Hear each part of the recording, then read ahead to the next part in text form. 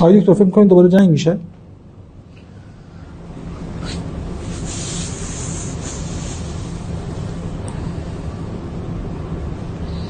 السلام علیکم و رحمت الله.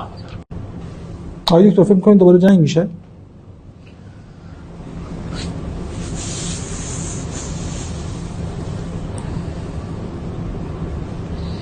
السلام علیکم و رحمت الله.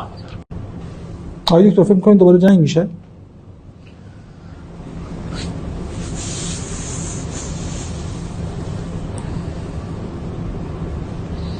السلام علیکم و رحمت الله.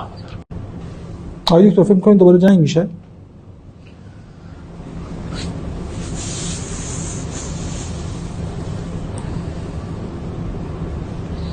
السلام علیکم و رحمت الله.